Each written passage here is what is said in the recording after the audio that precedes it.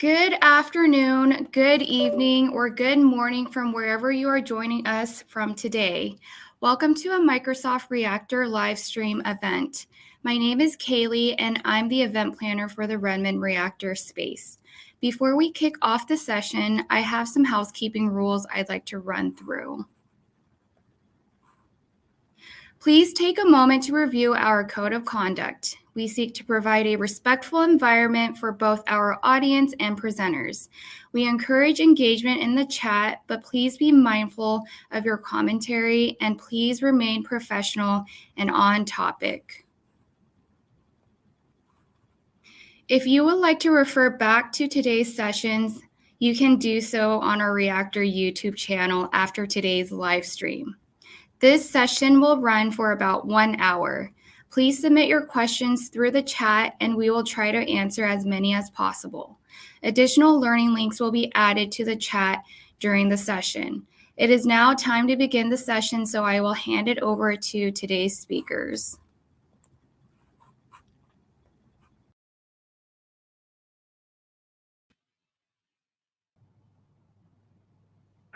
Hello, everyone. Hi, Waldeck. Hey, everybody. It is Hey, so nice to be here in our final session. How are you feeling? It's double-edged sword, right? Like on one hand, it's like, yes, we are at the end, but on the other hand, like I'm going to miss that, like all the excitement. We've got so much engagement, projects, questions. It's so cool to see everybody being engaged, doing hacks. And we've seen some really cool apps that's been from a console app to a cross-platform .NET MAUI app that does things. Like that is so cool. Yeah, this is incredible. I see people helping each other, even, us without us jumping in, they help each other with their questions. And we have lots of project submissions. It is so excited to see all of these people will earn digital badges. And I'm really looking forward to have something similar in the future because the engagement level, getting to know people, it was really exciting. And today in the session as well, we want to get to know you a little better. Put it in the comments, where are you joining from, and let us know if you build any project. Let us know about your projects too, so we can get to know you a little better. So what are we doing today? Today we will do 3 things. We will have a little look back at the past 2 weeks, what we have done, where we are today, and what are we going to talk about for the next hour-ish. And then basically recap and the next steps, which despite that being the last day, we have some next steps for everybody. So definitely stay tuned, listen until the end, and we will tell you more then. Okay, so there's one more thing we want to share with you before jumping into the overall, and I think we will see in Waldeck's slides a couple minutes, but we definitely want to get feedback from you, and we already put it in the chat. You can reach out to the link in the chat, and we will let you more what this feedback form is and how you can fill it out. Okay, so let's get started. Perfect. All right, so as you all know, this has been a virtual 15-day long hackathon and all about Microsoft Graph and .NET, right? We wanted to show you what the Microsoft Graph is, what can you do with that, what data you can get back, and what kind of different things you can build with that, because you've all probably seen, right? It is immense. There are so many things that you can use the Microsoft Graph to access and then build in your apps that basically by now, probably the only thing is like the sky is really the limit because Microsoft Graph is so vast. There are so many things on it, right? So over the past 2 weeks, we tried to do our best, and you be the judge how well we did our job to tell you as much as we could within the 2 weeks, while all the time leaving you, enough time for you to be able to hack. Because at the end of the day, yes, we want you to learn, but we also want you to experience it firsthand. Get, going, build code, write code, because we believe that that is really the best way to learn, to build apps, to hack. Start with a simple thing and go from there, right? So with that, we are really excited to see like what you all have built over the past 2 weeks. And today we are on the last day. this isn't the end yet. So for everyone who still didn't finish the projects, there is still time. You have still time until end of the day today, US time, which means give or take, I don't know, 12 hours, maybe more. Like my time zones are always off, but there is still time. So you've got all time to submit the projects until end of day, March 15, Wednesday, the US time, right? So there is Yes. still time. And keep in mind, register, right? Because we need to know where to send the prize to in case you win, right? So we want to know your name. We want to know about the hacks you've built. So we would really appreciate that. But other than that, we are here to kind of recap the last 2 weeks and tell you more. How can you go on? I want to highlight this point, Waldek. Thank you for sharing. So we've been going through the projects and adding the projects into our list, and we are trying to match your projects with your registration. Some of the people submitted incredible projects, but they didn't yet register yet. So if you don't register, unfortunately, your project is not eligible for the prizes. So make sure to register, and the form is still available. We can share the link in the chat, and then your project will be eligible for us. And if you already registered and submitted your project, you're good to go. Exactly that, right? And you also see when that to the project you send, we attach a label named hack. If you have that thing, that means we've seen it, accepted it, you meet the bar, and you are in, right? So that is also a good sign for you to know, like, hey, have we seen your hack? We seen it on time? If you've seen that green hack badge on it, you're good to go. Exactly. Yeah. So, we've got comments about like which time zone in the US exactly, because there are 4 apparently. Where the most Western one. We want to basically give you as much time as we can to keep it fair to everyone. So if you are in Hawaii, Alaska, like all the way to the west, from our side, like use all the time you have. Be sure that tomorrow when we look at the hacks, your hack is in. So I hope that is kind of that helps clarifying. Like, the time zones are hard. Like for me, I will take a regex or DNS anytime over a time zone. So Me too. Yeah, I totally agree with that. All right, cool. We talked about feedback already, and we learned from you so much over the last 2 weeks. Like we learned about where we could even improve the SDKs, right? So we did that already. We shipped we shipped, in fact, a new version of the Microsoft Graph.net SDK based on the hack that you did, right? So we have a new version of the SDK in the past 2 weeks. So this is really cool. But what else is it that we want to learn, Aisha? Yeah, so your feedback is really important for us. The reason behind it is that we want to hear from you. How was your experience about Hack Together? How we can improve Hack Together format as an event and make it more valuable to you all. As well as we want to hear from you which parts are the parts that you struggle the most in terms of technology, in terms of maybe getting the information from us. Everything about Hack Together in the past 15 days. We want to hear from you. What was your experience, the most challenging parts, and so on. And this is going to be a very short survey. We just want to see what's going to be the upcoming desire from you, and probably take into really serious consideration for our upcoming events and conferences as well. So don't forget to fill out this form. This will definitely help us initiate something new thanks to your feedback. Definitely. And we have the link in the repo too. So don't worry about like taking images, pictures, noting it down. We have the link there. So like whenever you have time, please take some time. And again, it will be just a minute or two, right? So it won't take that much time, but for us, it will be really invaluable. So please, if you can, spend these 2 minutes, and yeah, we would really appreciate that. There's There's question. one question. Oh yeah, Yes. go on. Go on. So I think we're looking at the same question. So one person's asking, I registered as an individual, but I ended up submitting the project with a team. Would that be okay? Can I register again as a team? And how about the teammates?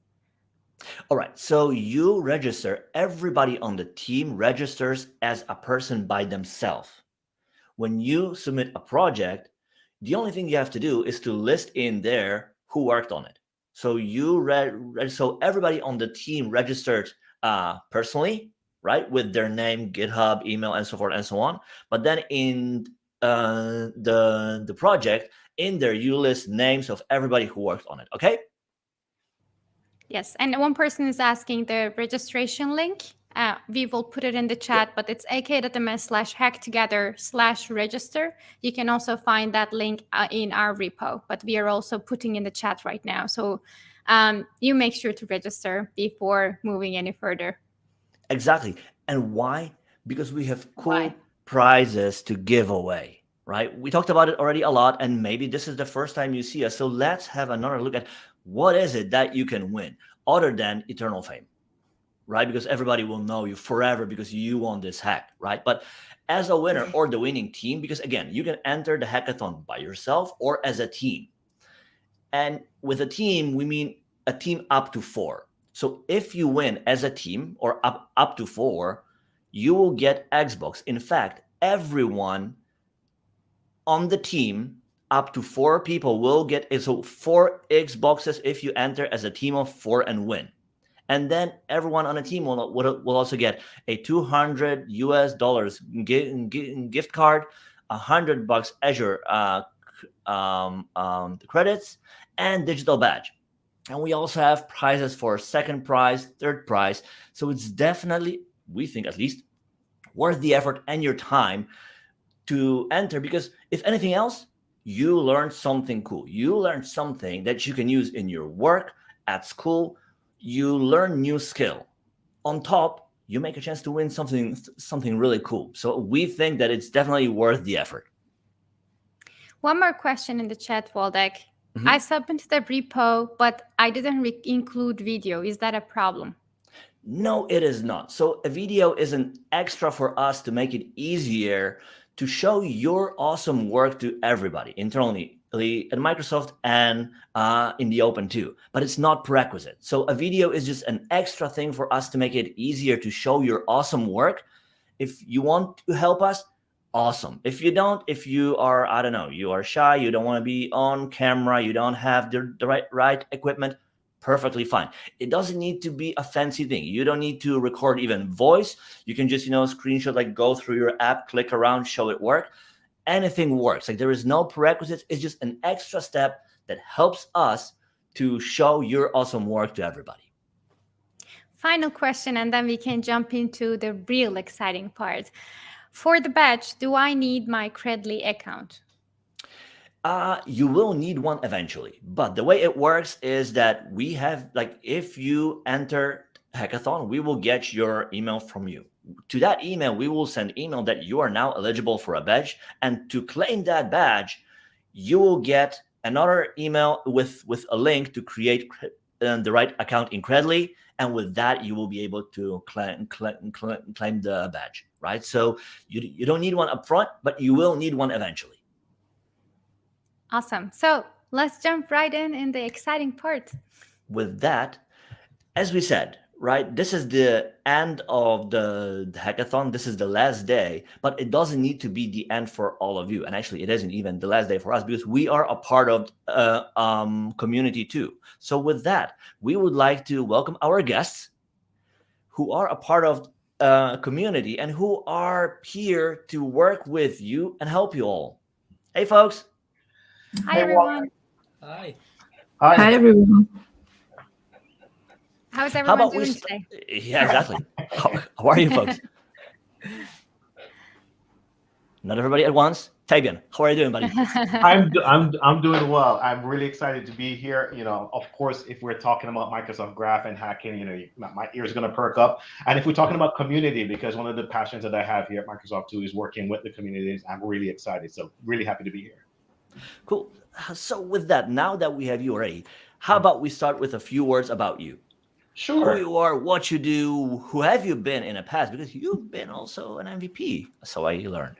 I know. In fact, I don't know if you can probably see it behind me, but I still have, my MVP award there. So I was a 7-time MVP, and actually, I still think I hold this Wow. record. I think I still am the only MVP to have 3 award categories. So I had SharePoint at the time. It was SharePoint. I had Visual Studio, and during the acquisition, I also had Xamarin and Azure. Actually, I had 4.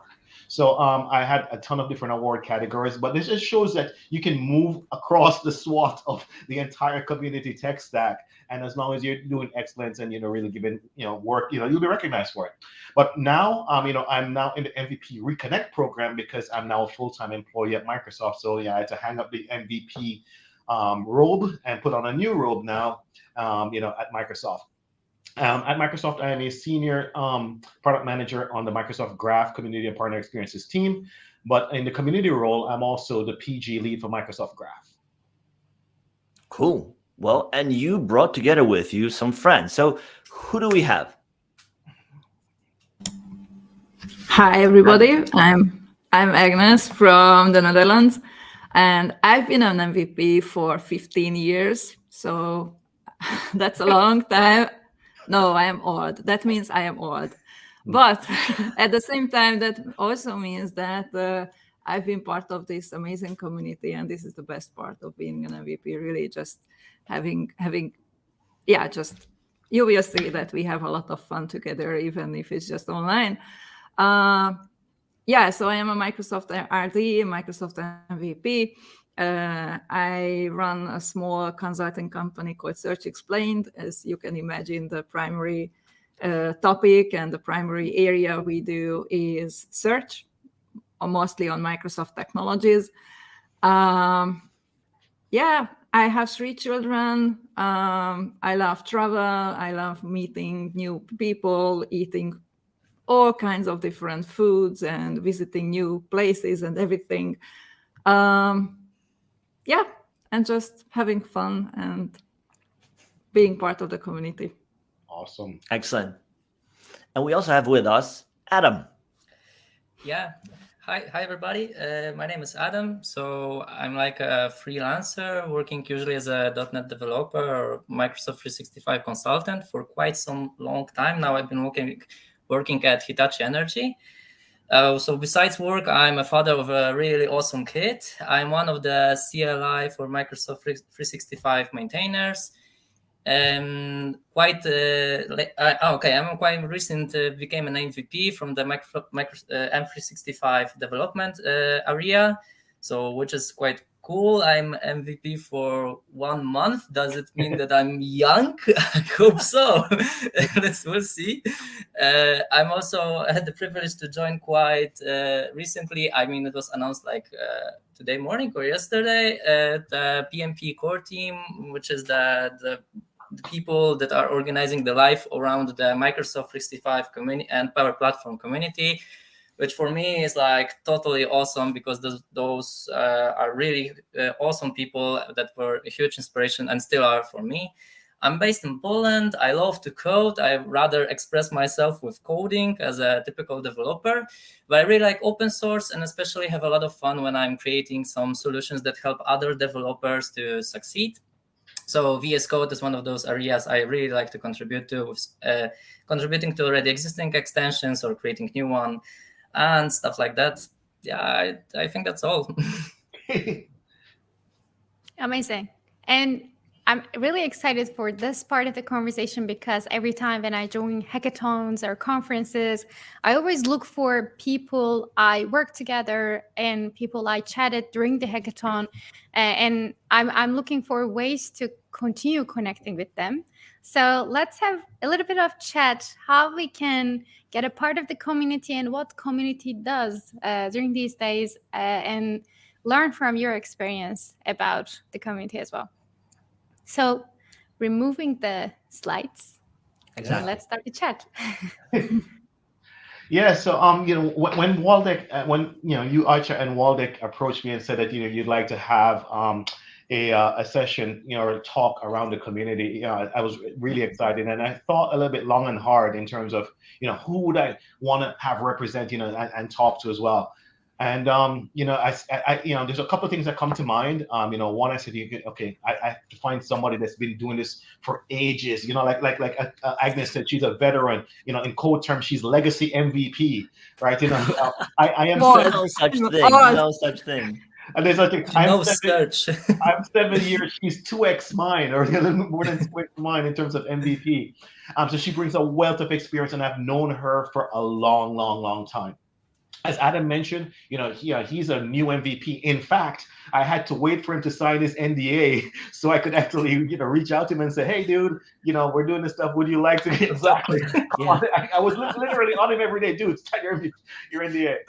But he did, and I wanted to have that as well because I wanted to show, both sides. Somebody who's been doing this for a long time. Myself. Someone in the middle, and then somebody who's brand new into this sphere. And just get to know them a little bit better, and have everyone get to know them a little bit better, because each person's journey is going to be a little bit different, even though we're part of this great community that separates itself a lot from almost any other technical community that I know. It is the most, it's the closest knit community I've ever been in as a technical community ever before. So I tell you what, why don't we start this way?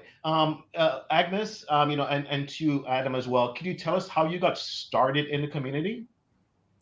Yes, absolutely. So many years ago, read 15 plus years ago. Yes, I used to work as a developer, and I was involved into a project where we needed to do a proof of concept with connecting SharePoint and Exchange in a rich client application. And since it was a proof of concept and SharePoint was new, actually we used the search APIs for SharePoint 2001. So that's an interesting history. At that time, funny thing, since I was a developer and I had to work on this rich client application, I had no idea that SharePoint was an application itself. So I just only worked with its APIs, and I had no idea it also had a user interface first. So anyway, it was funny. No, it was funny during my next project when I needed to do something, with the document management on top of SharePoint. And I was like, okay, shall we write a new application on the same API package? And they were like, no. So anyway, this is how I started. And yes, back to your question. During that first project, it was also supported by Microsoft because we needed a lot of knowledge. And actually, we did a lot of knowledge exchange with Microsoft. So Microsoft involved me into more and more events. I started to speak at local events, that time back in Hungary. And then eventually Microsoft nominated me to be an MVP. So I became an MVP. And in a similar way that you waited for Adam to sign the NDA, I did the same thing, because those days I became an MVP on the 1st of April. And the MVP summit was from the 11th of April. So I had 10 days to do everything, and I was there. So I've got my visa, because those days I needed a visa to be able to enter the US. Mm-hmm. So I got my visa, I got my flight tickets, I got booked everything, and I was there. So that's how I started.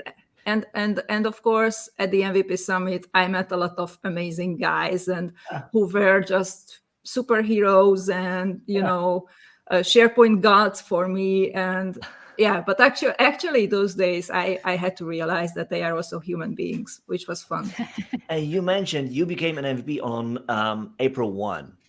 How long did it take for you? Is this a joke? It's not a joke. It is a prank.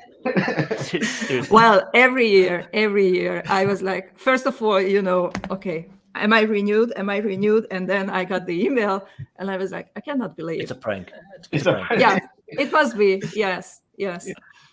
Oh, that is awesome. Thank you for sharing that, Agnes. Yeah, you're right about, meeting, the people that you've always seen before in the community, or at least in that technology space. And then, now you become a peer and a colleague with them. And it's really, it's really uplifting. And on that note, Adam, you want to share with your experiences? How did you get started in the community?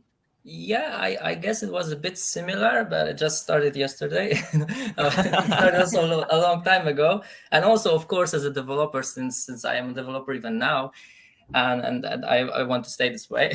So actually, my like own engagement in the community was because of my really eager to learn and to get more knowledge. And it all started with a quite negative experience on a job interview that didn't go quite well.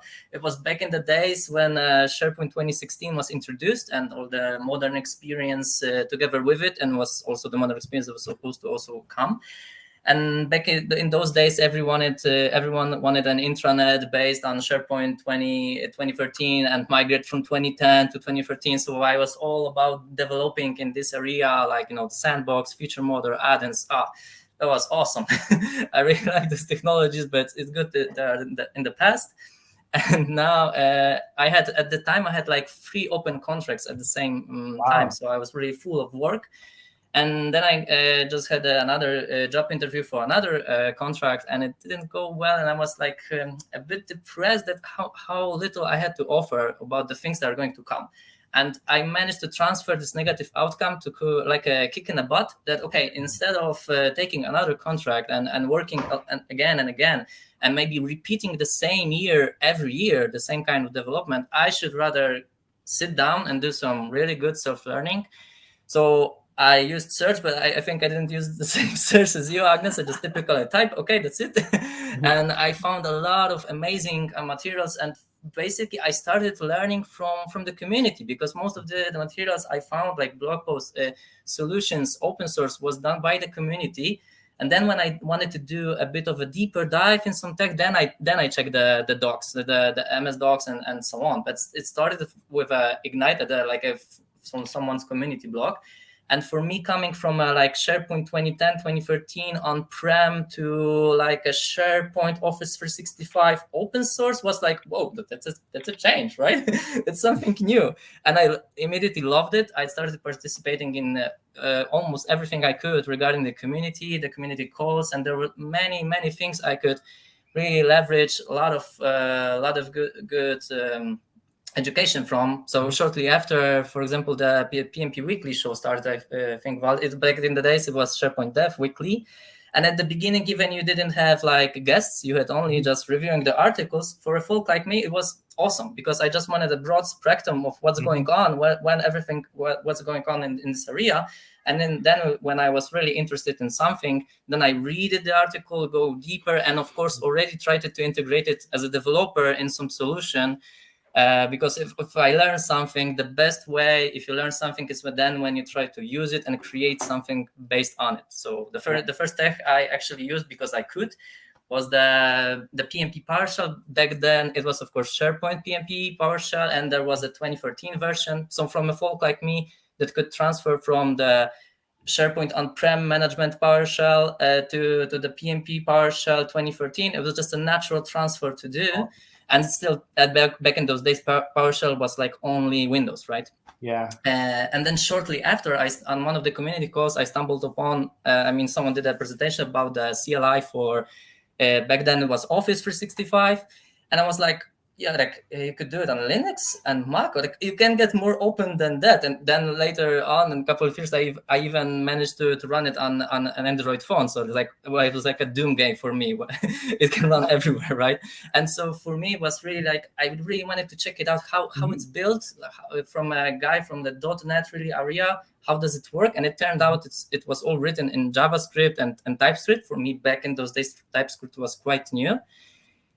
So I guess JavaScript is everywhere now, right? And I just wanted to naturally contribute to this project first, just by trying to create a solution based on it. So creating a script that does something, uses this tech. And to be honest, the first attempt didn't go well. I managed to do like 90% of my requirements. Yeah. And I contributed it already back. So I created a sample that did create like a setup site, example site for your development work.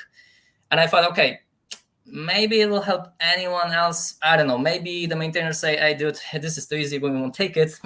just leave it." And I say, "Wait, I just open a PR. We'll see what happens." Yeah. And all the welcoming I get, I was just so amazed with it that I got immediately psyched and like even addicted a bit.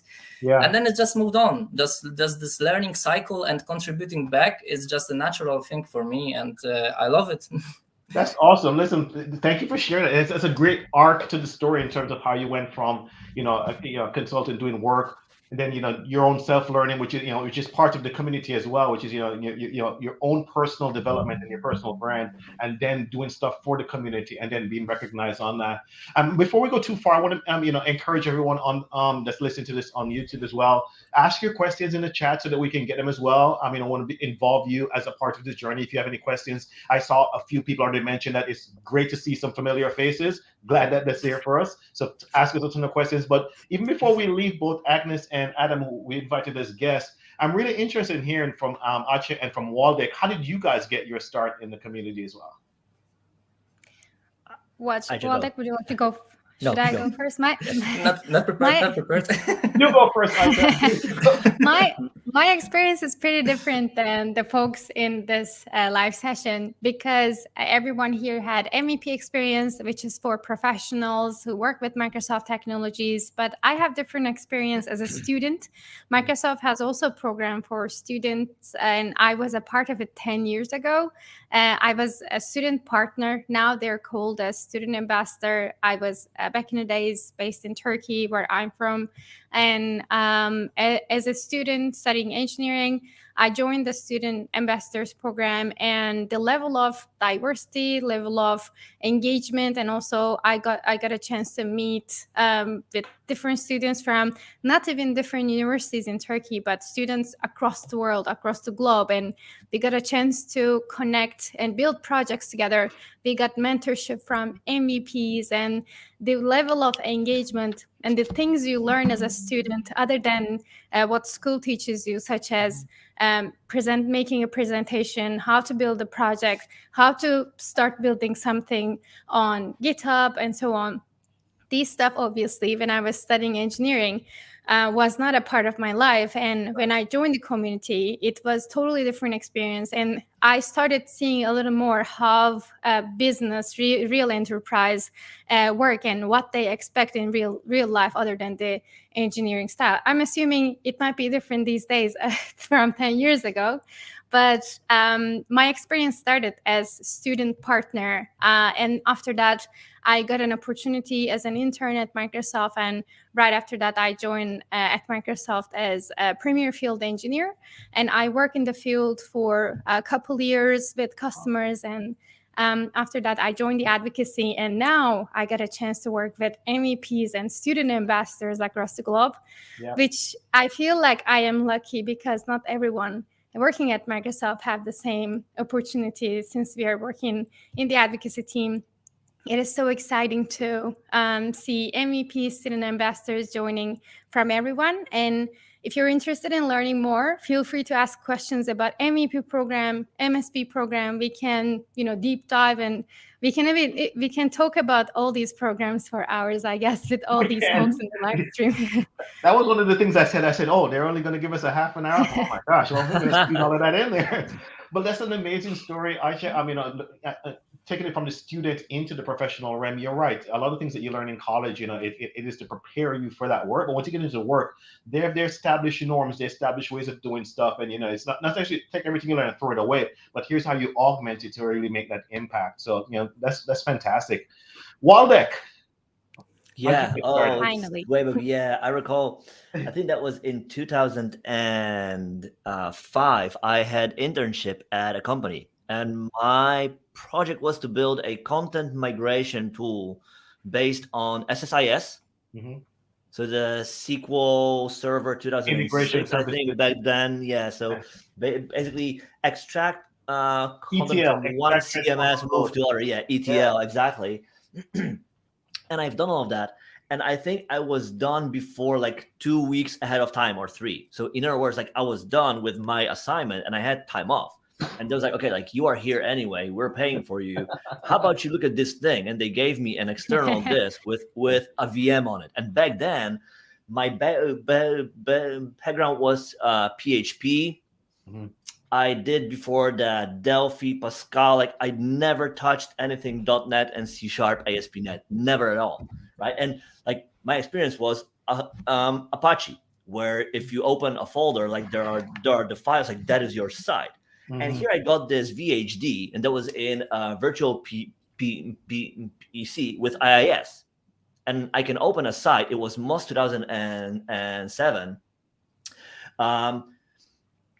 And there was this site, and I went to IIS, like, it's empty. Like, where are the files going? Like, where is that thing living? Like, that was my first experience with SharePoint, right? Like, where are the files? Like, where is this coming from? I can see it in browser, but where is that thing? Like, the folder is empty, you know? And basically, back then, like, I rolled into, like, did a course in Belgium with U2U, learn everything about SharePoint.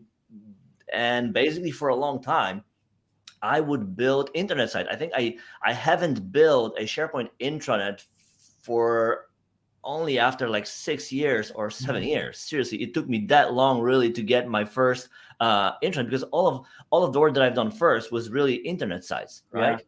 Yeah. And that was back in the days where documentation basically would be limited to a few books that we had and few blogs. So I was and like back then, you also had all of the code. Like cloud wasn't really a thing. I know. Right? So books, what a concept. Right, exactly. Like cloud, like no way, right? So the only way to really know how things really work well was to look in the code, like reflector it and see like what's going on exactly. And every single time we would be stuck, we would do exactly that. And then you would do what? Well, blog, share what you found to help others. And basically that led to me becoming an MVP. I don't know if that was 2007 or 2008 already. And I got my email on New Year's Day. I was like, no way, that's a prank. Like somebody's pulling my leg. Like that cannot be true. But then like I was able to authenticate, to log in to the MVP. So I was like, this is true. No way. How cool is that? Right. And back then, like I would have exactly the same experience as you, Agnes. Like being amongst the, like folks, who you looked up to, like, oh my God, now I'm one of them. Like, how cool is that? So like, and basically that was 14, 15 years ago, I think, because I was MVP for 12 years. Wow. And then I joined. So again, I took my MVP robe, put in a coat, and put the other robe on. Exactly. NRK. Yeah. So wow, listen, such interesting stories and such diverse backgrounds, especially from where we come from. I really appreciate it. So as this is a hackathon, I want to also have a couple of themes here. So and we did talk about how we enter into the community, which in large part starts off either with a project or in our case, from education into learning. But what's your approach to skilling? And I'll give you some time to think about it as I explain mine and explain the question. So what I mean by skilling is, how do you learn, especially learning either, as you mentioned, I think you said learning through the community as well. I think Adam mentioned that as well, the same thing as well too. And for me, I'm a visual learner, so I was glad when I could move from books to videos. That was like a really, really game changer for me, because I can watch it, pause it, do it over here, and then come back and then see it work, and even tweak it, so I can actually put my own life into it and bend it to my samples. But for a long time, it was like I said, I used to use Reflector and look at the DLLs and figure out how things are being done, and then from that, come up with stuff. In fact, my claim to fame for my MVP was that I was the BCS guy, Business Connectivity Services guy, for a long time, because there was 0 docs on that, or 0 docs. And I wrote a ton of blog posts on that, to the point where the MCM instructor, Microsoft Certified Master instructor, called me and said, hey, can I use your blog to create some material for this course? I said, go right ahead. But so the skilling for me was a mixture, a hodgepodge of either delving into the DLL, figuring out how stuff works, putting some blog out there and having people critique it and do stuff, which forces me to learn, because if I'm going to blog it, I need to learn it. And then videos came along, and then I started to go to GitHub and put my stuff out there again. But for me, it evolved. It was interesting when Agnes mentioned as well too how she started, and then listen to Adam. And Adam is doing a lot of stuff virtually, and and videos and attending calls. And when Agnes and I were starting out and stuff like that, probably you as well, like he said, it was books and stuff like that. So Yeah. quite the journey. Agnes, how do you handle skilling? Well, I'm a reader, so I prefer written things and not video things. I'm visual in a meaning that, it's good to experience things, but I learn by reading much faster. So one example, when I go to a conference and I visit sessions, yes, I learn things there, but mostly I use those sessions to brainstorming and to expand my, not really my skills, but my horizon. So I really like to attend sessions which are not into my area, which are not about search, which are not about information architecture or knowledge management or whatever I do. So this is why I like to visit, I don't know, sessions about security, for example, or sessions. SPFX. Exactly. So those kind of things which I don't do, I'm not intended to do, but just good to know about, or good to know, hey, SPFX, this is something that I can ask him about, or if I get a question about, okay, how to create adaptive cards, I know who to ask or who to refer to. But also it's good to know what's going on around it, because this world of the cloud, Microsoft 365, Azure, and everything, this is a huge world. You cannot know everything. Yeah. But if you know not everything, but you try to know everybody, that's a cool thing. But yeah, I'm a reader, so I prefer written things. And then you can also copy paste codes if you are a developer. Oh, absolutely. Yeah, learn by doing. Thank you for that. Yeah.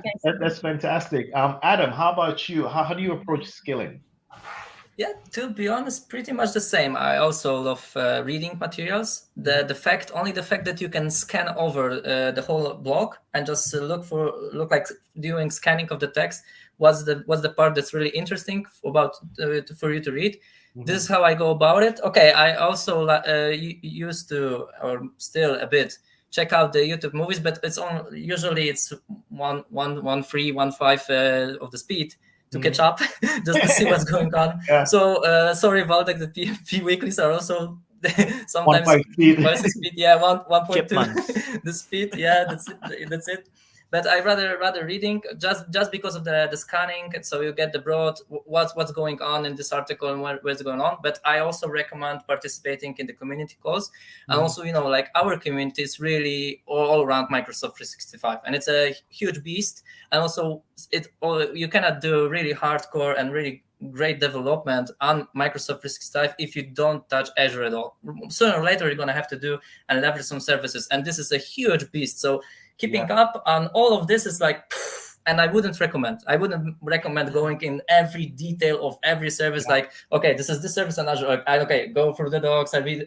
Now I go this service. No, don't do it. Yeah, just take the things on your plate that you are really interested in, and do your part and your share and contribute, or just learn and try it out in this thing. But be like like a t-shirt, so you just go one topic really deep, and all the things around, just broad activities to know what's going on. So for example, I totally don't know what's going on. I try to keep up, but I don't know squat about Power Platform and how to do cool ops. I just know the beginner, this is a flow. Okay, you change the file in SharePoint and you get an email, right? It works. And then I see all the awesome stuff all the contributors do on the Power Platform on the community calls. And I'm, oh man, I didn't know you could do all of those stuff.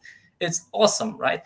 And it just goes on, and it's really hard to keep up. So just pick your thing, pick your target, try to be the best at this one. Sooner or later, you're gonna catch up, and then you can just expand to more things. And even if you want to really be good at one of those technologies, sooner or later, you're gonna have to try to expand. So I want to integrate SPFX with Power Platform. I want to take some Azure servers to help me in my development and stuff like that.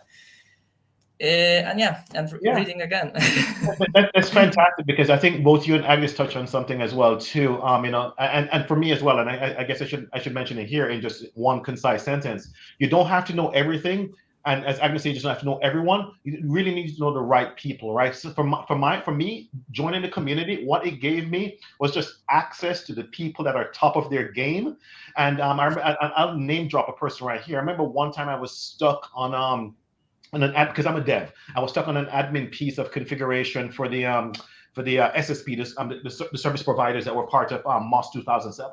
And I literally DM'd Todd Clint, and we had a shared session where Todd joined and I was there, and we're working through stuff. And he's not the only person. I've done the same thing with Thorsten Hans. I've done the same thing with a bunch of different people. And then the same reciprocity. People call me up and say, hey, I'm stuck on this workflow. And boom, it's that way. You don't need to be an expert at everything. Own your own space, as you mentioned before. Find the right people that are top of their game. Talking about top of their game, Waldeck, how do you handle skilling? So that is an interesting point, because like forever I thought, you know what, I love to read. Like videos are not my thing. Until that one day. I wanted to do something around the house. Like I wanted to rewire a socket. And for that, I would go and use a video. Why? Because that's something that I don't know at all. So I wanted to see things like which wires go where. It's so much easier to see how things are being done as opposed to following an article or reading up a manual that explains like step by step, no, the red wire has to go into this plug. It's like, just like you can see it, and it's so much easier to follow. And then I realized, yes, I learned like for tech stuff, because I already know a lot, it's so much easier for me to skim through the things that I know and just deep dive into things that I don't. But if it's a brand new thing, a topic about which I don't know anything at all, it's so much easier for me to see it being done. Like anything, around the house, construction, remodeling, you name it. Like the other day, I admit, I spent my first time ever watching 2.5 hour video on YouTube about something, about a topic, right? And there was like, I hope 2x. I hope you watch it in 2x 2x. So that was actually 1.2 speed, but still, like I was really interested in the topic, and if it was a book, I'd read it, but just the person had a video. It's like okay, but the thing was that it was a brand new thing, so there was no point for me to skim through parts because I didn't know anything about it. So I wanted to basically sit through it and learn the whole thing. And at that stage, like if it's a book or an article, well, irrelevant, because I can just, like I still need to go through all of it. So yes, I realized that it depends, right? And that becomes, that is kind of the joke that we make in our work, right? That like no matter what you answer, it depends always. Like there is no one answer to everything, and that becomes just yet another example that it depends. Like I read a lot, but at times I will go back to watch a video that is also perfectly fine, right? And it only makes it clear that the audience learn in different ways, and when you create content, you need to be aware of that there are different folks who learn in different way, and ideally we want to accommodate everyone, right? And that is actually why you will see us create videos and have docs and blog posts and samples and do live streams, because again, everybody learns differently, and it's perfectly fine. Exactly. It's a great way to dovetail into where I was going to talk about before I asked Aisha about how does she manage skilling as well. To the folks that are joining, that may have joined after we started, what we're talking about here is basically the community, and the community is certainly part of the hackathon experience. As Wallet mentioned, you could be doing this individually, you could be doing this as a team. Your team could be distributed. It could be a team of just community members coming up with something really cool. But what we're trying to discuss here, at least make people aware of, is that the larger, even after today ends, there's a larger community that remains, even here at Microsoft, with the dev advocates like Aisha and Waldeck, and myself on the CPX team, the MVPs and RDs like Agnes and Adam that are there for you. I mean, that in Adam's case, he's a contributor to a lot of these open source stuff. So when you have open up issues, or if you have these issues, he's the guy that's going to be responding back to you. So it's all about right now we're talking about skilling. How do we learn? And a large part of it is part of the hackathon experience here today, as well as utilizing resources from GitHub, which is, I know all of these stuff that Aisha and Wallet do. There's a GitHub repo for it, or there's a video for it as well. But Aisha, back to you. How do you handle skilling? Okay, so I will answer that, but I also want to hear from our audience. How do they learn? What is their type of skilling? So if you can put it in the chat, we can take a what is the type of learning style you prefer. For me, I was always a hands-on learner. Since I know myself, I always had an issue with learning by only reading. I always had trouble in the theory part. For me, hands-on part comes before the reading part. I always have to try first, and when I am stuck, then I start searching and finding the documentation and finding the manuals, and it's same for the IKEA products for me. I start building and then build, it's like, oh my God, it doesn't work. yeah, my friends and family, they get angry because things go wrong, and then we rewire everything, and then we start rebuilding by just reading the manual. For me, it is always the forking the GitHub repo sample, or maybe trying the new products such as Power Platform, for example. I never did a low code before. I was a .NET developer starting, and then I started building some stuff with JavaScript.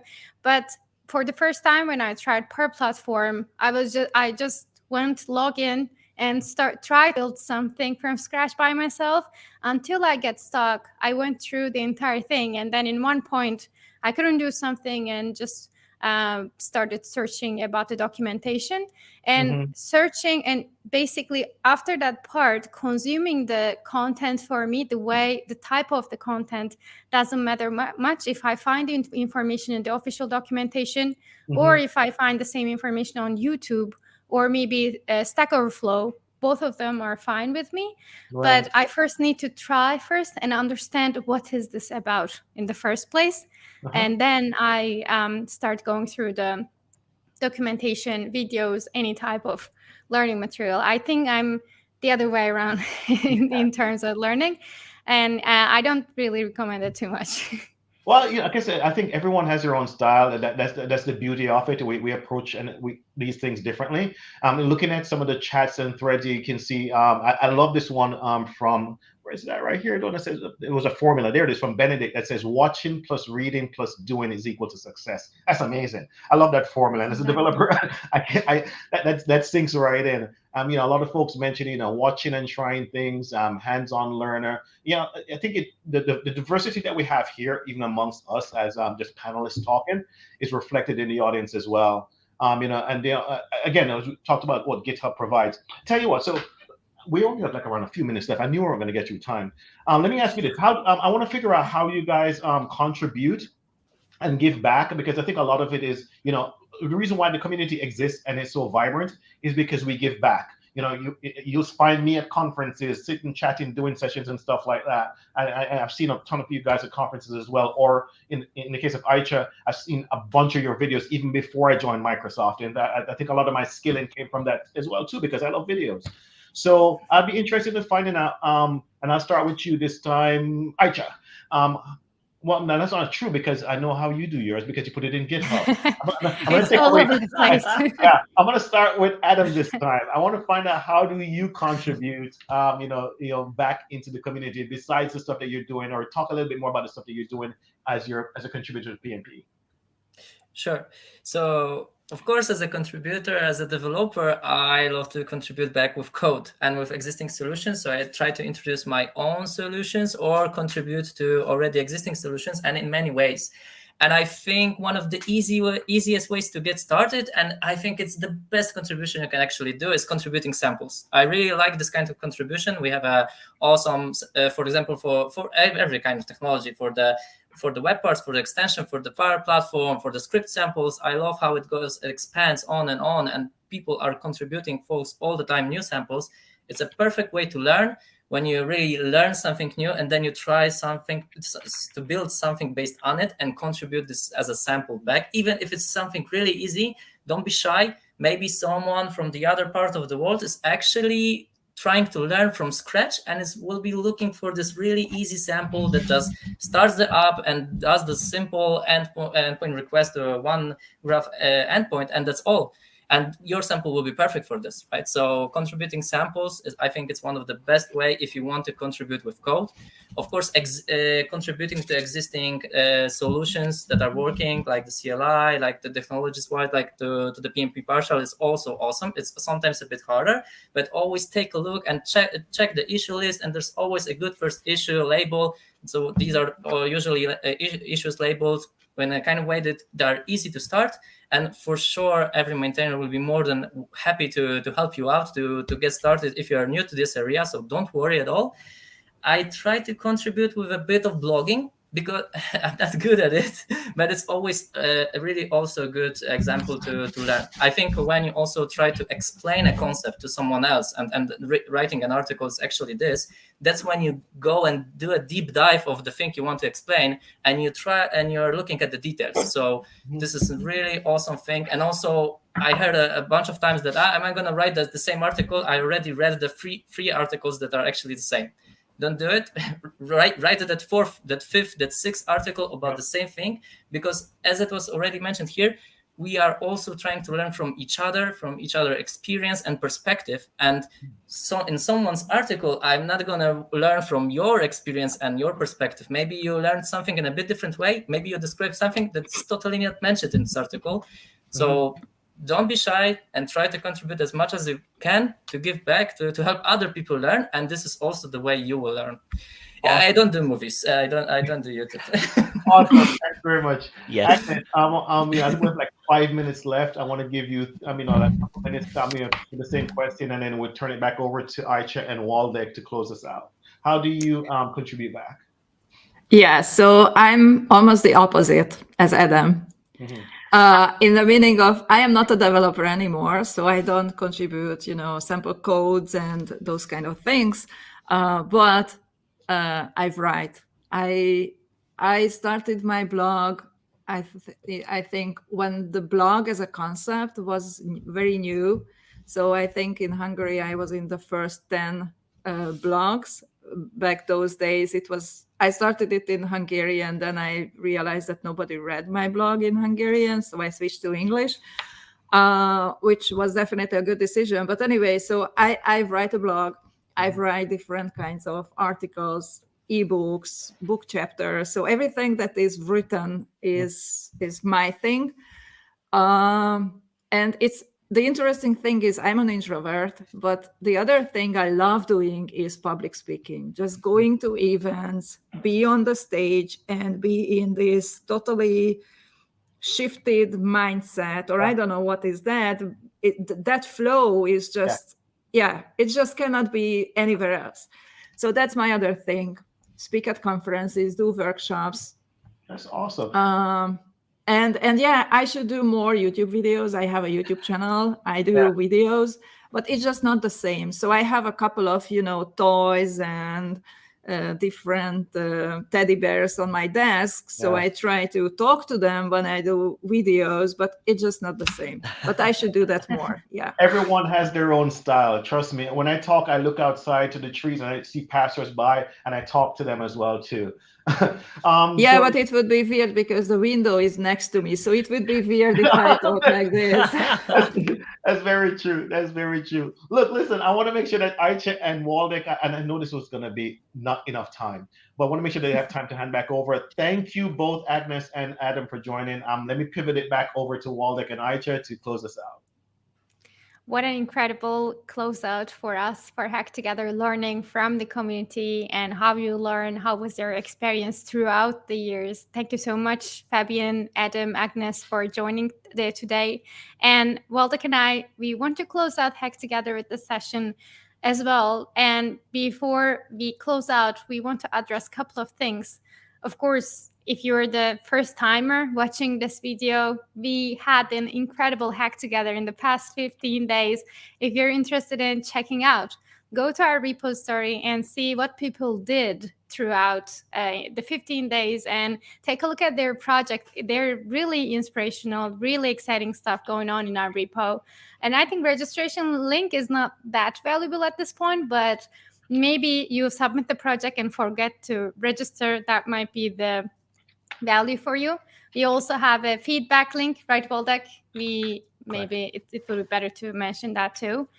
So it will be ak.ms/hack-together/feedback. And finally, I want to highlight one thing. Waldek, when do we share the winners? Again, it's going to be in another 15 days. So on March 30, the latest, you will hear whether you're the lucky winner or not. Exactly. And don't forget, if you submit the project, you will receive the digital badge right away. So we will send you the digital badge, but if you are the winner, you should wait 2 weeks to hear about your prizes and everything. So, folks, that was all from us. It was a pleasure talking to you throughout in the past 15 days, and I hope to have something similar in the future too. Waldek, last words? So long, and thanks for all the fish. I knew it. Bye. Thank you all. Thank you so much. Thank you. Thank you, everyone. Thanks. Bye. Bye. Bye.